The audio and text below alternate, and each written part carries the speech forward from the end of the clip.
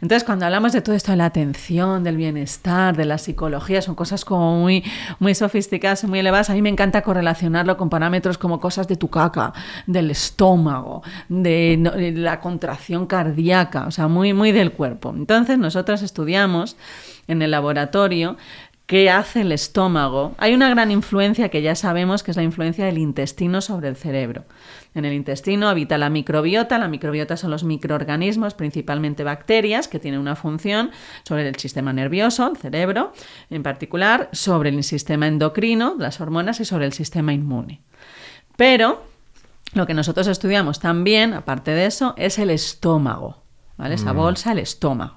Entonces, nosotros medimos los campos eléctricos del estómago. Entonces, le ponemos 18 electrodos a la persona y en la tripa, ¿no? Y entonces medimos el campo eléctrico. El campo eléctrico del estómago es una cosa muy lenta, muy lenta.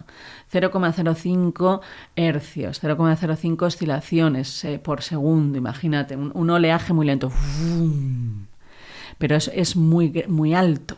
Es una ola muy lenta, pero muy alta, ¿vale?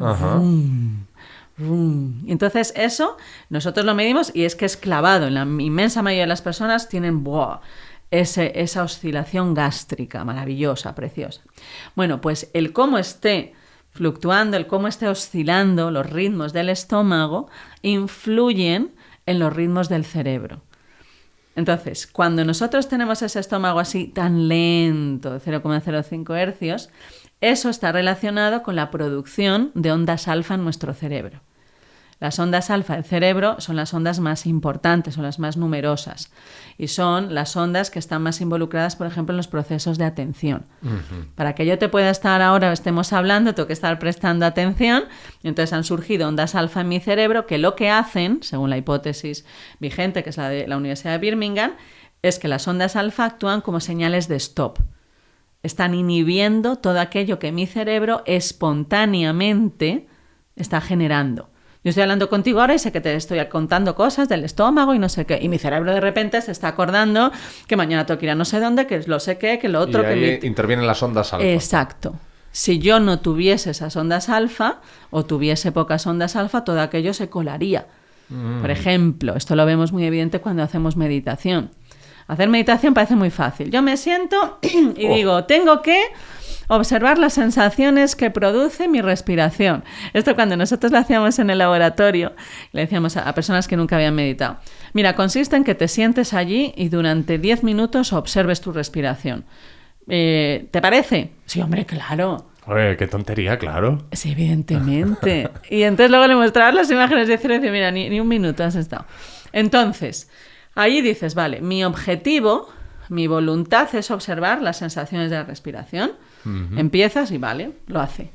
Y entonces, al cabo de ni un minuto llega, ya empiezan a surgir espontáneamente. Tú no lo has elegido, porque lo que tú has elegido es solo voy a atender a las sensaciones de mi respiración, no quiero observar otra cosa. Entonces, aquello empieza a surgir y de repente me acuerdo de no sé qué. Y de repente me imagino lo otro. Y de repente me pica no sé qué. Un bombardeo de sensaciones, de pensamientos, de emociones que te apartan de esa atención, ¿vale? Entonces, a medida que tú tienes más control sobre tu atención, hay más alfa. Al haber más alfa, hay más señales de stop. Surgen las distracciones, pero las paran, ¿vale? Entonces, sigues avanzando en tu práctica, cada vez tienes más control sobre tu atención, cada vez tienes más alfa. Entonces están conteniendo y cada vez me inhiben más distracciones, ¿vale? Entonces llega un momento, los meditadores ya súper expertos, que su propio cerebro detecta que todas las interferencias que produzco me las frenan, pues ya no las producen tanto. Y entonces alfa se retira. Fíjate qué bonito es ese mecanismo, ¿no? Entonces ellos ya no tienen tanta alfa, y no tienen tanto policía, tanta señal de stop, porque su cerebro ya no genera. Pero el mío necesita ahí ya no tienen trabajo las ondas alfa, meditadores expertos. Exactamente. Interesante. Entonces, alfa lo necesitamos no solo para meditar, sino para cualquier cosa. Ahora mismo tiene que haber surgido alfa aquí en la parte de atrás de mi cabeza, de mi cerebro, ¿no? Para que yo esté en esto y de repente no, pues me acuerdo el otro y mi hija y cómo estará y lo otro y que ahora tengo que... Pues todo eso está ahí dentro. Es que somos muchos en uno, ¿no? Que esto es lo que es fascinante, ¿no? Me parece que solo soy la que esté hablando, pero hay muchas nazas en naza. Y entonces, que se generen esas ondas depende también del estómago. No solo, pero depende del estómago. De tal forma que si mi estómago en este momento estuviese procesando comida, acaba de tomar un pincho de tortilla, pues mi estómago deja de oscilar de forma tan lenta porque se tiene que poner a hacer su trabajo, que es masajear todo aquello. Brum, brum, brum. Y entonces esas ondas tan lentas empiezan a desaparecer. Total, que mi cerebro pierde un poco uno de sus marcadores de ondas alfa. ¿Y esto qué nos dice? Pues que es muy importante tener espacios en los que el estómago esté vacío. Tú imagínate un estómago constantemente comiendo, procesando. No tiene espacios en los que hace oscilaciones ultralentas. Fíjate, perdona, y esto yo creo que se lo escuché decir a Alsina y desde entonces a mí se me quedó grabado y comprobé que es verdad. Que antes de entrar, de hacer el programa, que no comía. Claro. Y yo antes de hacer el podcast no como nada. ¿Quién te dijo? Alsina, Carlos Alsina, un locutor de radio. Y... Sí, el de la ventana. No, el de Onda Cero, más de uno. Sí. Más de uno. El de la ventana es Francino. Eso. Pero, y yo igual, antes de grabar o de tener alguna charla o eso, procuro no comer o comer muy ligero. Y estás más fresco. Exactamente. Y está relacionado con lo que tú dices. Exactamente. Tú ponte a hacer esto después de un plato de paella. Nos cuesta más y todos hemos tenido esa experiencia que después de comer, tú imagínate una de esas comidas copiosas... No, pero sin irse al extremo. Sin irse al extremo. Podría tener dos tostadas con jamón, ¿sabes? Sin más. Eso, exactamente, depende. Si no has comido tanto, al menos que en media hora ya empieza a oscilar de forma ultralenta. Digo, porque evidentemente si te has comido un paellote, cualquier cosa te cuesta, ¿sabes? Te quedas ahí en el sofá planchado, pero quiere decir que yo no como nada. Sí, pero que no se sabía el mecanismo. Claro. ¿Verdad? Siempre se decía, no, es que la sangre se ha ido al estómago. Bueno, no es como que se ha ido al estómago, está por todo el cuerpo. Y es eso, también, entre otras cosas. Y sí, por supuesto, esos espacios, pues estás más activo. O sea, tienes más recursos neuronales. Entonces, tu cerebro, tu capacidad de atención, el querer hacer bien las cosas, también depende de tu estómago. También depende del intestino, depende de tantas y tantas cosas, ¿no?